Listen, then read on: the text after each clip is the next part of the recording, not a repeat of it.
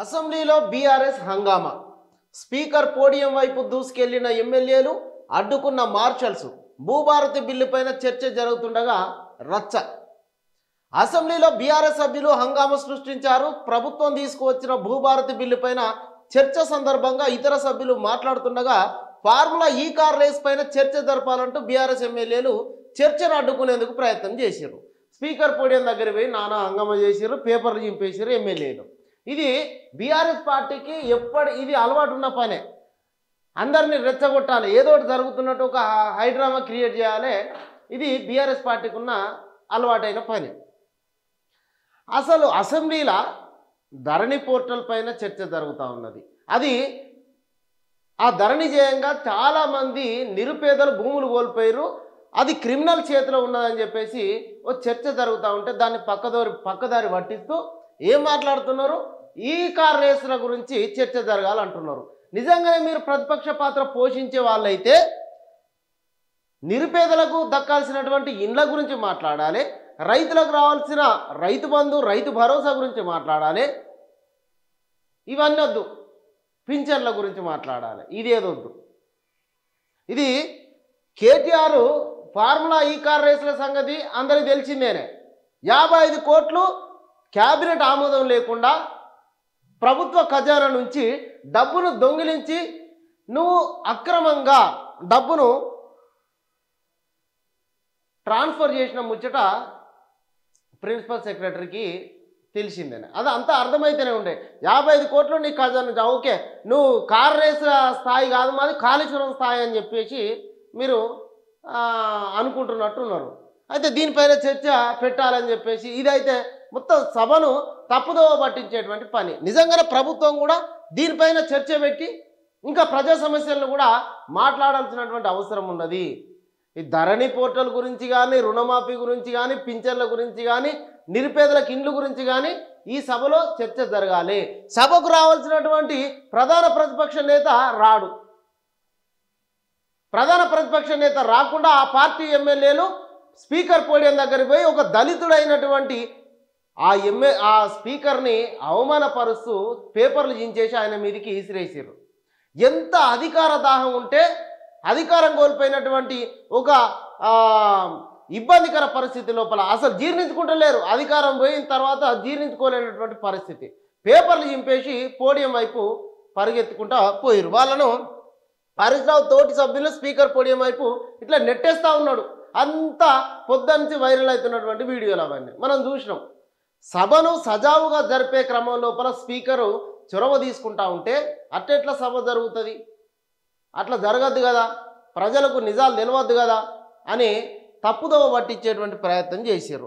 Marshals వచ్చి వాళ్ళని అడ్డుకున్నారు. ఇది స్పీకర్ కేసీఆర్ వేట కుక్కల దోసుకున్నారంటూ మంత్రి పొంగులేటి ఏదైతే పొంగులేటి శ్రీనివాసరెడ్డి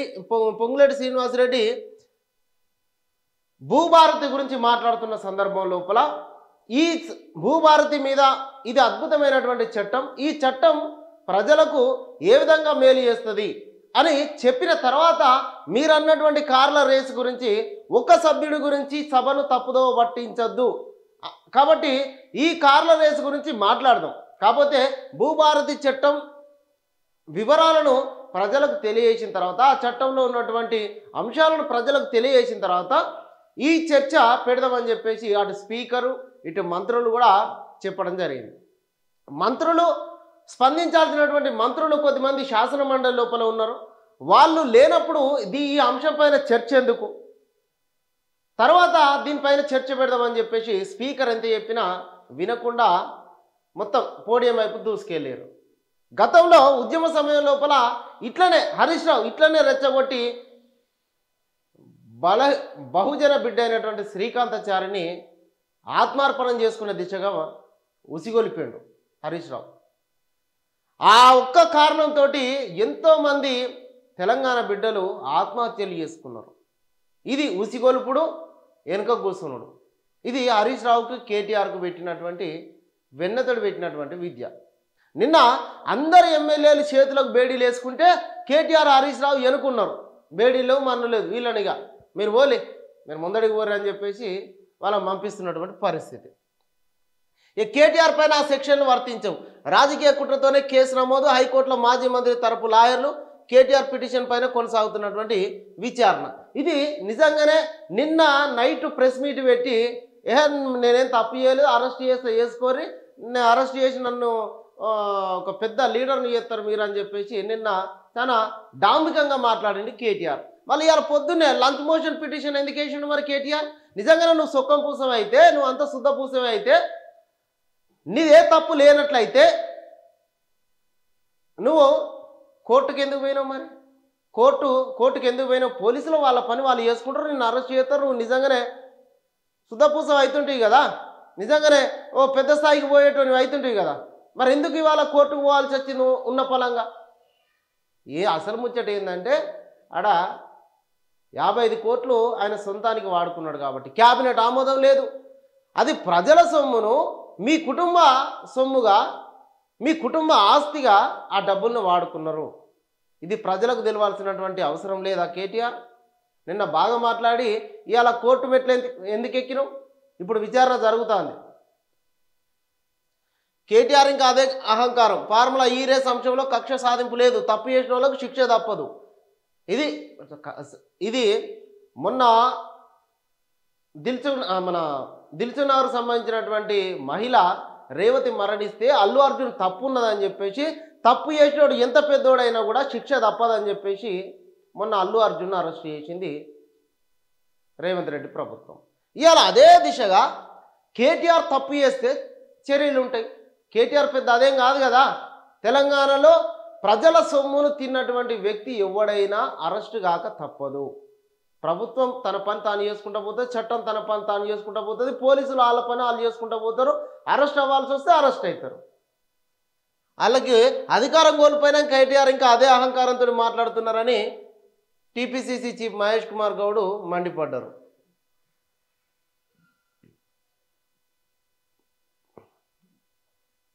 ధరణి పోర్టల్ను క్రిమినల్ చేతుల్లో పెట్టారు. ఆర్థిక నేరాలకు పాల్పడే వారికి అప్పగించారు. వాళ్ళు ఒక్క క్లిక్ కొడితే ఇక్కడ సర్వర్లు క్రాష్ అవుతాయి. ఇలా చేసిన వారికి ఏ శిక్ష విధించాలి? గుట్టు బయట పడుతుందనే చర్చను అడ్డుకునే యత్నం. బీఆర్ఎస్ సభ్యులు సభాపతిపైనే పేపర్లు విసిరేశారు. భూభారతిపై చర్చ సందర్భంగా సీఎం రేవంత్ రెడ్డి రెవెన్యూ శాఖ ముఖ్యమంత్రి దగ్గర ఉండాల్సినటువంటి అత్యంత కీలకమైనటువంటి సమాచారాన్ని ధరణి పోర్టల్ రూపం లోపల ఆర్థిక నేరాలకు పాల్పడే విదేశాలకు చెందినటువంటి క్రిమినల్ చేతికి చేరిందని చెప్పేసి గాద శ్రీధర్ రాజ్ ద్వారా విదేశాలకు పంపించారని రేవంత్ రెడ్డి సంచలనమైనటువంటి వ్యాఖ్యలు చేసిండు. ఇది వాళ్ళ అసెంబ్లీలో భూభారతి బిల్లు పైన చర్చ పెడితే విదేశాల్లో ఒక్క క్లిక్ కొడితే మన దేశంలో ఉన్నటువంటి, మన రాష్ట్రంలో ఉన్నటువంటి రైతుల సమాచారం కొట్టేస్తూ ఉన్నారు. దీనిపైన పొంగులేటి శ్రీనివాసరెడ్డి మాట్లాడుతూ ఒక బలహీన వర్గాలకు సంబంధించినటువంటి ఒక రైతు తన భూమి కోసం 2-3 ఏళ్ళుగా తిరిగి ఆత్మహత్య చేసుకున్నాడు అని చెప్పి మాట్లాడాడు. భూములు ధరణి పోర్టల్ని తీసుకొచ్చి ఆ రైతుల పేర్లే లేకుండా చేశారు. ఇప్పటికీ రెవెన్యూ ఆఫీసుల చుట్టూ తిరుగుతూ ఉన్నారు. ఇట్లాంటి దుస్థితి ఇంకా ముందు ఉండొద్దనే కొత్తగా భూభారతి చట్టాన్ని తీసుకురావడం జరిగింది. ఆ భూభారతి చట్టం లోపల వీళ్ళు అప్పుడు చేసినటువంటి ధరణి పోర్టల్ చేస్తే మన దగ్గర ఉన్నటువంటి సర్వర్లు కూడా క్రాష్ అయిపోతాయని చెప్పేసి వెల్లడించారు. అందుకే విచారణకు ఇవ్వడం పైన ఇంతకాలం ఆలోచన చేసినామని చెప్పి సీఎం తెలిపిండు. విదేశాలకు వెళ్ళి వివరాలు ఇవ్వాలని కోరినా సహకరించడం లేదన్నారు. ఇవన్నీ బయటపడతాయనే అసెంబ్లీలో అడ్డుకునే ప్రయత్నం చేసిరని, ఈ నేరాలకు ఏ శిక్ష విధించాలనో తెలియాలంటే చట్టాలను చదవాలని సీఎం పేర్కొన్నారు. ప్రధాన ప్రతిపక్షాల సహనం కోల్పోయి అహంభావంతో వ్యవహరిస్తుందని రేవంత్ రెడ్డి ఆగ్రహం వ్యక్తం చేశారు. సభాపతి పైన పేపర్లు జించేసిరు.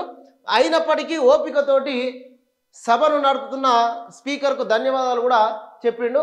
అదేవిధంగా ఈ ధరణి పోర్టల్ని ఏదో మొత్తం కేసీఆర్ బొట్టు రక్తం ఖర్చు పెట్టి, మెదడు ఖర్చు పెట్టి ఇదేం తెచ్చింది కాదు.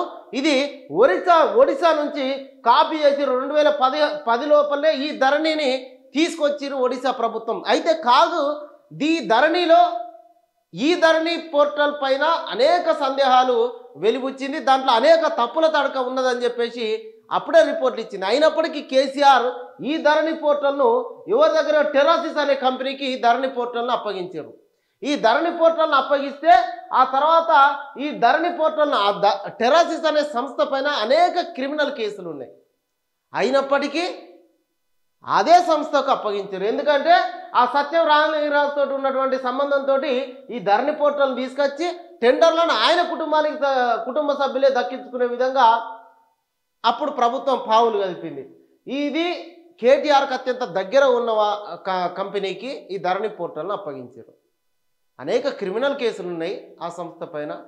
భూముల బదలాయింపులు విపరీతంగా జరిగినాయి. లక్షల కోట్ల విలువ చేసే భూములను బీఆర్ఎస్ లీడర్లు కబ్జాలు చేసారు, కాజేసారు అని చెప్పేసి నిన్న అసెంబ్లీలో బట్టి విక్రమ డిప్యూటీ సీఎం మాట్లాడుతూ చెప్పడం జరిగింది. ఇది మొత్తంగా ఏది ఫాల్కన్ ఎస్జీ అనే ఓ ఫిలిప్పైన్స్ కంపెనీ 99% వాటా కొనుగోలు చేసిందని, అట్నుంచి సింగపూర్కు చెందిన ఫాల్కన్ ఇన్వెస్ట్మెంట్ అనే సంస్థ చేతికి వెళ్ళిందని, మిగిలిన 1% వాటాను యువరాజు సన్నిహితుడైన గాదె శ్రీధర్ రాజు కొనుగోలు చేసి ఆ సంస్థకు సీఈఓ అయ్యారని చెప్పారు. ఇట్లా అనేక వాటాలు చేతులు మారినాయి అన్నారు. ధరణి నిర్వహిస్తున్న వారెవరు ఈ రాష్ట్ర దేశ పౌరులు కాదంటూ రేవంత్ రెడ్డి సంచలన వ్యాఖ్యలు చేసిండు. ఇక్కడ లేదుగా, మొత్తం పాకిస్తాన్లో ఉంటాడు. ఇక్కడ భూమి ఉండి వాడు పాకిస్తాన్లో ఉంటారు, వాడు ఇక్కడ లేడని చెప్పేసి భూములు కాజేసారు. ఎవరన్నా ఈ దేశం బతుకుదెరువు కోసం విదేశాలకు పోయిండు అని తెలిస్తే వాని భూమి ఇక్కడ ఉన్నది అని తెలిస్తే ఆ భూమిని కాజేసుడే, కబ్జాలు పెట్టుడే. ధరణి పోర్టల్ తెచ్చుకున్నదే అందుకే. కాళేశ్వరం విచారణకు రావడం కేసీఆర్ బాధ్యత. ప్రాజెక్టు వల్ల అప్పులు తప్ప నీళ్లు రాలేదు. కమిషన్ ఎదుట విచారణకు హాజరైన ఎమ్మెల్సీ కోదండరాం ఫార్ములా రేస్ ఇష్యూలో కేటీఆర్ పైన చర్యలు అవసరమని వ్యాఖ్య. కాళేశ్వరం ప్రాజెక్టు విచారణకు రావడం మాజీ సీఎం కేసీఆర్ బాధ్యత అని టీజేఎస్ అధ్యక్షుడు ఎమ్మెల్సీ కోదండరాం కీలక వ్యాఖ్యలు చేశారు. ఇది బీఆర్కే భవన్లో PC Ghosh commission chairman PC Ghosh జరిపిన బహిరంగ విచారణకు ఆయన హాజరయ్యి మీడియాతో మాట్లాడుతూ ప్రాజెక్టు డిజైన్లో ఉన్న లోపాలను, నిబంధనల ఉల్లంఘనను కమిషన్ ముందు ఉంచినమని తెలిపారు. కాళేశ్వరం ప్రాజెక్టు వల్ల అప్పులు తప్ప నీళ్లు రాలేదు. ఇది తక్కువ ఖర్చుతోటి నీళ్ళనిచ్చేలాగా ప్రాణహిత చేవెళ్ల ప్రాజెక్టు రూపొందించారని కూడా చెప్పుకొచ్చిండు. ఈ ఇంజనీర్లు, కాళేశ్వరం ఇంజనీర్లు, అయ్యా ఆ ప్లేస్ తప్పు, ఆడ కట్టద్దు, దానికి అంత ఖర్చు పెట్టద్దు అని చెప్పి ఎంత వ్యతిరేకించినా నిబంధనలను తుంగలో దుక్కి నేను మీకన్నా పెద్ద ఇంజనీర్ అని చెప్పి కేసీఆర్ ఆ ఇంజనీర్లను కూడా బలి చేసిండు. ఇది బీఆర్ఎస్ నాయకులు మేమే కట్టినాము అంటున్నారు, కానీ కట్టినవి పని చేయాలి కదా. మేడిగడ్డ పనికి రాకుండా అయింది. ఫార్ములా రేస్ కోసం ప్రజాధనాన్ని దుర్వినియోగం చేసిర్రు. ఇట్లా అనుమతి లేకుండా అట్లాంటి నిర్ణయాలు తీసుకోవడం కరెక్ట్ కాదు. కేటీఆర్ పైన చర్యలు తీసుకోవాలి, కాళేశ్వరం అవినీతి పైన కేసీఆర్ పైన చర్యలు తీసుకోవాలంటూ ఎమ్మెల్సీ కోదండరాం మాట్లాడడం జరిగింది. ఇకపోతే దళిత స్పీకర్ను అవమానించారు. భూభారతి పైన చర్చ జరగకుండా కుట్ర. జైల్లో యోగా చేస్తానన్న కేటీఆర్కు భయం ఎందుకు? అసెంబ్లీ ఆవరణలో మీడియాతో మంత్రి సీతక్క చిట్చాట్. పార్లమెంట్లో అంబేద్కర్ను అవమానిస్తే నేడు అసెంబ్లీలో దళిత స్పీకర్ను అవమానించారని మంత్రి సీతక్క మండిపడ్డారు. ఇవాళ అసెంబ్లీ ఆవరణలో మంత్రి మీడియాతో మాట్లాడుతూ లక్షలాది మంది రైతులకు ప్రయోజనం చేకూర్చే భూభారతి బిల్లు పైన చర్చ జరగకుండా అడ్డుకునే కుట్ర చేస్తున్నారని కోపానికి వచ్చారు. వాళ్ళ భూ కబ్జాల భాగోతం బయటపడుతుందనే సభను పక్కదోవ పట్టించే ప్రయత్నం చేస్తున్నారని ఆరోపించారు. కేబినెట్ ఆమోదం తీసుకొని ఫార్ములా ఈ రేస్కు కేటీఆర్ డబ్బులు చెల్లించిర్రా అని సీతక్క ప్రశ్నించింది. ప్రభుత్వం అనుమతి లేని అంశానికి సభలో చర్చ ఎందుకు అని నిలదీశారు. గవర్నర్ క్లియరెన్స్ ఇచ్చిన కేసు సభలో చర్చకు అవసరం లేదని పేర్కొన్నారు. జైలుకు వెళ్ళి యోగా చేస్తారన్న కేటీఆర్ ఎందుకు భయపడుతున్నారు? ఎందుకు భయపడతాడంటే పైసలు కొట్టేసారు కాబట్టి. అర్థమైతేనే ఉన్నది. కోర్టు మెట్లకి ఎందుకు ఎక్కిండంటే తప్పు చేసింది కాబట్టి. నిన్ననేమో బాగా మాట్లాడాడు. ధరణి పైన సిట్ వేస్తారా? అది దేశంలోనే అతిపెద్ద భూకుంభకోణం. సిబిఐ విచారణకు ఎందుకు ఆదేశించలేదు? అసెంబ్లీలో బీజేఎల్పీ నేత ఏరెడ్డి మహేశ్వర్ రెడ్డి. రాష్ట్రంలో ధరణిలో కుంభకోణం అంటున్నారు, ధరణి పైన సిట్ ఏమైనా వేస్తారా అంటూ మాట్లాడడం జరిగింది. మొత్తంగా దీని వెనుక ఎన్నికల సందర్భం లోపల ధరణి లోపల ఎంత పెద్దోళ్ళు ఉన్నా దాంట్లో ఉన్నటువంటి అక్రమాలను నిగ్గుదేల్చి ప్రజల ముందు పెడతాం, తప్పు చేసిన వాళ్ళని శిక్షిస్తామని ఎన్నికల సందర్భం లోపల కాంగ్రెస్ పార్టీ ప్రజలకు హామీ ఇచ్చింది.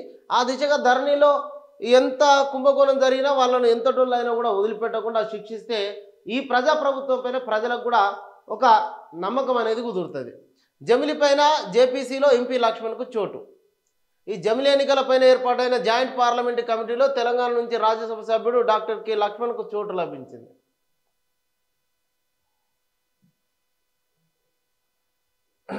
సీఎంను కలిసిన బీఆర్ఎస్ ఎమ్మెల్యేలు హాట్ టాపిక్గా మర్రి రాజశేఖర్ రెడ్డి, కాలేరు వెంకటేష్ వ్యవహారం.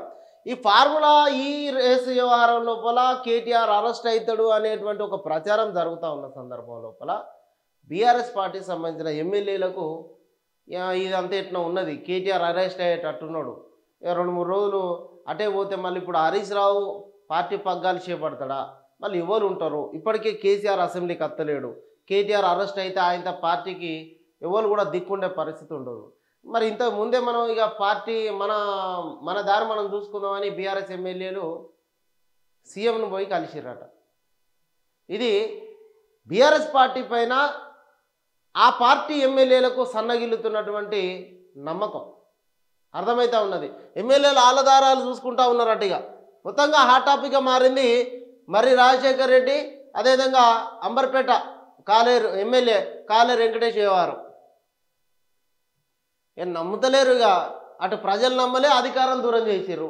ఎమ్మెల్యేలు ఈ ఈ కేసీఆర్ను వదిలేసిపోయే పరిస్థితి కనబడుతుంది.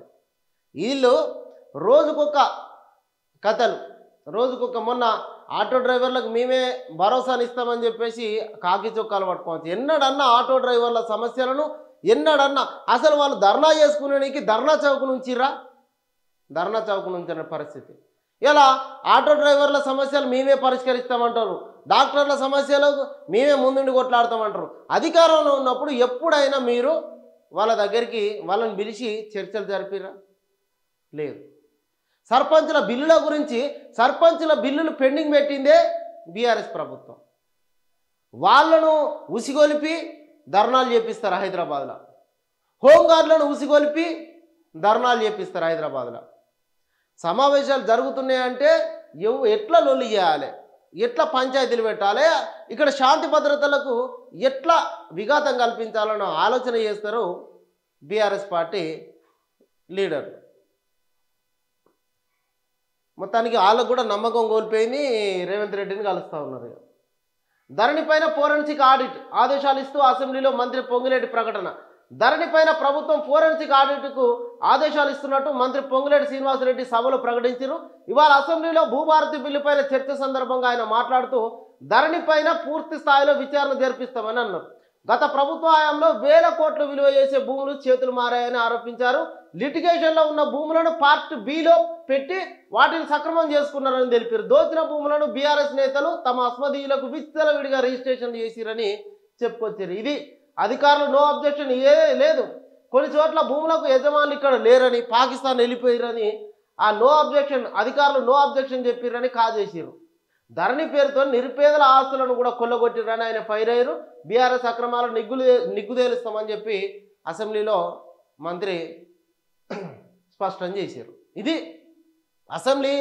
అసెంబ్లీలో అసలు విషయాలను ప్రజలకు మేలు కలిగించేటువంటి అంశాలపైన చర్చ జరగకుండా ఈ కార్ రేస్ పైన చర్చకు పట్టుబట్టడం, ఇది సభను ప్రజా సమస్యలను పక్కన పెట్టడమే, తప్పుదోవ పట్టించడమే అవుతుంది. ధరణి పోర్టల్ పైన, అదేవిధంగా రుణమాఫీ పైన, పింఛన్ల పైన, ఇండ్ల పైన, నిరుపేదలకు దక్కాల్సిన ఇండ్ల పైన, రుణమాఫీ పైన, రైతు భరోసా పైన, రైతు బీమా పైన చర్చ జరగాలి. కానీ ఇవేం చర్చకు రాకుండా ఒక వ్యక్తి గురించి సభను తప్పుదోవ పట్టించే పనిని బీఆర్ఎస్ పార్టీ ముందటేసుకున్నది. ఈ అన్ని అంశాలను తెలంగాణ ప్రజలు క్లుప్తంగా గమనిస్తూ ఉన్నారు. అధికారం కోల్పోయిన బాధ లోపల బీఆర్ఎస్ పార్టీ ఎంతటి హంగామా చేస్తున్నదో ప్రజలకు ఇవాళ అసెంబ్లీ సమావేశాలను చూస్తున్న ప్రజలకు అర్థమవుతా ఉన్నది. ఇది ఇప్పటివరకు ఉన్నటువంటి అంశాలు.